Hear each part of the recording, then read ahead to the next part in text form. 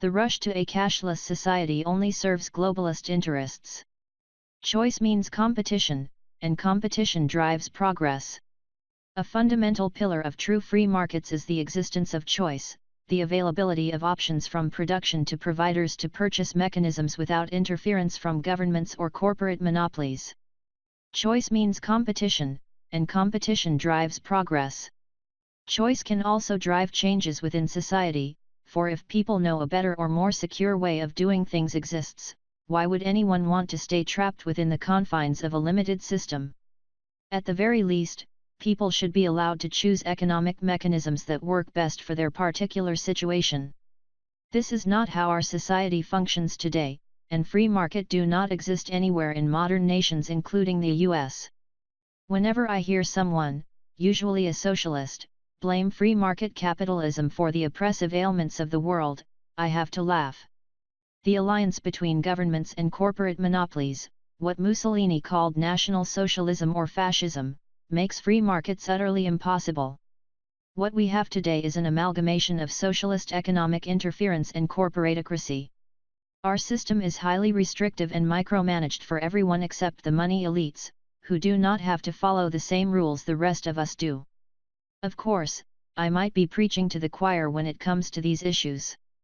But, there are some underlying developments being pushed forward by globalists hell-bent on a one-world monetary system and a one-world government that even many liberty activists are not fully aware of. In alternative economic circles, the US dollar is seen as the end-all be-all of fiat currency dominance. Many activists see it as the key to the power of the global elites and they think the Federal Reserve is the top of the globalist pyramid. This is not exactly true.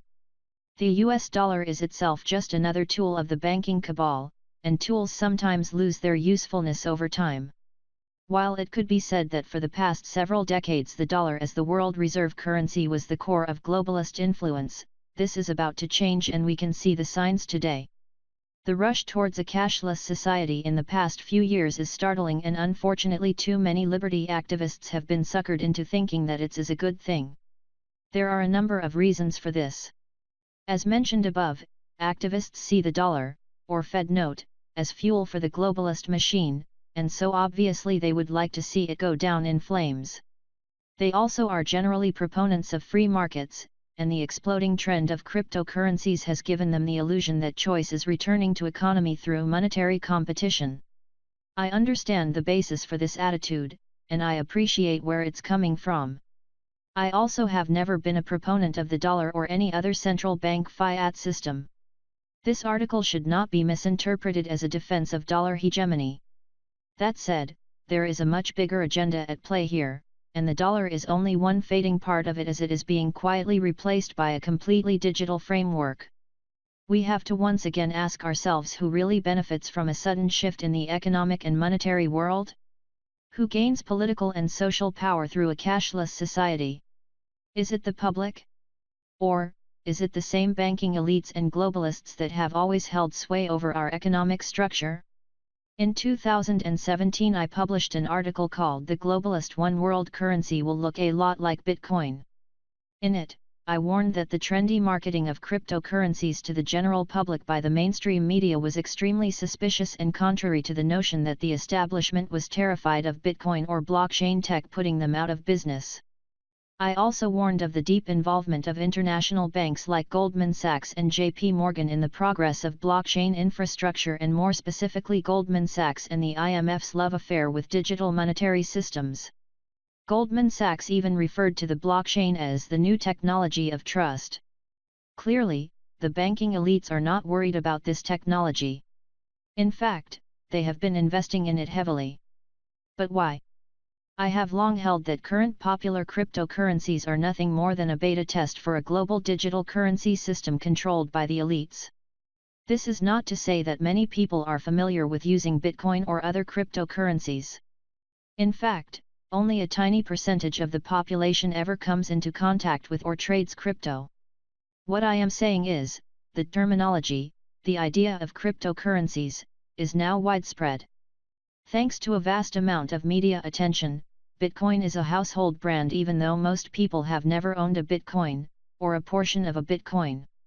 Whale investors have hyperinflated the price of Bitcoin and certain other coins to levels beyond all reason as demand by the investment world and average people for the mechanism is minimal at best. These price explosions, though brief, have spurred public curiosity. And, in the minds of many, if something is considered valuable, no matter how ethereal or arbitrary the measure, there must be a reason, right? Therefore, in the minds of Bitcoin cheerleaders, high market prices prove by default that Bitcoin and cryptocurrencies are necessary and desirable, and anyone who is critical or skeptical is merely upset that they missed out on the opportunity. I have always said when asked about my position on Bitcoin and crypto that if you want to try to make money on one of these coins and think you can play the market, then by all means, the more power to you. But, for those who thought that cryptocurrencies are a tool for activism and fighting the central banks, all I can say is you have been duped. Over the course of a decade, the masses have been acclimated to the idea of a digital currency system. They are now being acclimated to the idea that physical currencies should be done away with and replaced with the more efficient blockchain tech. Death to the dollar, death to the Fed, and death to the globalists, say activists as they cheer for the new digital landscape. But this is not what is really happening. The death of the dollar and physical cash is only the primer for a new and even more invasive world order. In the past 2 years, the agenda for a cashless system and a one-world currency has gone mainstream. The plans that liberty analysts were once called conspiracy theorists for talking about 10 years ago are now out in the open. The latest barrage of propaganda was launched by the Governor of the Bank of England, Mark Carney, who openly warned of the end of the dollar's world reserve status, comparing it to the end of the pound sterling's reserve status after World War II. He also noted that the dollar could be replaced by a new digital currency system and that this would be advantageous to the banking system. This piggybacks on comments made by Globalist and PIMCO CEO Mohammed El-Arian in 2017, who stated in an op-ed that the IMF's special drawing rights basket system could be used to replace the dollar as world reserve and that this would help to fight the rise of populism. Next, Facebook introduced the concept of the Libra digital currency, which Mark Carney also suggested central banks would be watching closely. Libra, in my view, is a test designed to lure wider public into using digital currency on a regular basis. As noted, Bitcoin and other cryptocurrencies gained exposure but not preference. Where they failed to infiltrate the daily trade of the average citizen, Libra could eventually succeed. So far, I think the reaction is not what the globalists hoped for. Instead, Facebook is taking it slowly by introducing a new internal payment system called Facebook Pay, similar to PayPal. Libra, or something like it, will likely make a reappearance in the next couple of years on Facebook and on other platforms. Next, former ECB chief Jean-Claude Trichet argued in favor of a digital version of the SDR basket system at the CAIXN conference in Beijing, arguing that Bitcoin and other cryptocurrencies were not stable enough or legitimate enough to take on the role of central bank currencies. Many argue that this is proof that the globalists are afraid of cryptocurrencies. On the contrary, I see this as yet another example of the ongoing fake battle between bankers and crypto. They criticize certain aspects of the technology while at the same time investing in it and promoting it. Like the false left/right paradigm, there is a kind of false central bank/crypto paradigm as well.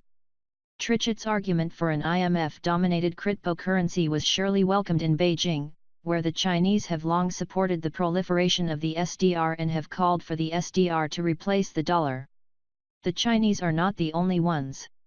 The Russian government has also called for the IMF to take over the global monetary system with the SDR basket. Russia has all but decoupled from the dollar, dumping its U.S. Treasury holding, stockpiling a large supply of gold and removing the dollar in bilateral trade agreements with other nations. Last year, Europe began establishing a new alternative to the US-controlled SWIFT payment system. Germany in particular criticized the US system as a geopolitical weapon. Now, an association of major banks in Germany and in the EU is calling for a digital euro based on the blockchain ledger. The IMF has been openly publishing white papers that agree with the assessment that a global digital currency is needed, and with former IMF head Christine Lagarde now in charge at the ECB, it is likely that a euro cryptocurrency system will soon make a public appearance. In the meantime, multiple central banks are pursuing a cashless system and digital currencies of their own. China has announced a national digital currency system will be realized in the next 18 months. The Swiss central bank is exploring digital currency options, and Russia is considering launching a cryptocurrency as well. The rhetoric coming from the mainstream media and the banking establishment is that physical methods of payment will soon disappear. This is being called the democratization of money, and the multipolar world order. I'm sorry to say that it's the exact opposite. The claim is that the end of cash and specifically the end of the dollar will result in more choice in the monetary world. But the end of physical cash is actually a removal of choice and the result is more centralization. The banking elites are so excited about the digital currency model because it removes all privacy from trade. As I have outlined in past articles, cryptocurrency and blockchain tech have no anonymity whatsoever despite claims originally circulated by proponents and crypto activists. It is also clear that central banks intend to introduce their own highly managed currencies and most other coins will be buried in the process. The multipolar and multilateral world order memes are also a fraud. China, Russia, Europe, and other nations are demanding an alternative to the dollar, but if that alternative ends up being a digitized version of the SDR basket under the IMF's control as these countries have suggested, then this means total global centralization, not decentralization. Real decentralization would mean the removal of bureaucratic oversight and micromanagement. It would mean that physical currencies backed by gold and silver could be offered as an alternative option, not just cryptocurrencies or fiat backed by nothing. After all, gold and silver have far more individual investors worldwide than cryptocurrencies do. How about some real competition instead of price suppression of metals by the likes of JP Morgan? It would mean localized currencies and payment systems backed by hard commodities, not one worldwide currency and payment system backed by nothing. It would mean nations breaking from dependence not just on the dollar, but also breaking from globalist institutions like the IMF, BIS, and World Bank. The globalists are attempting to sell us on slavery by packaging it as free markets. The solution is to not use the systems they promote and be ready to fight tooth and nail for real decentralization.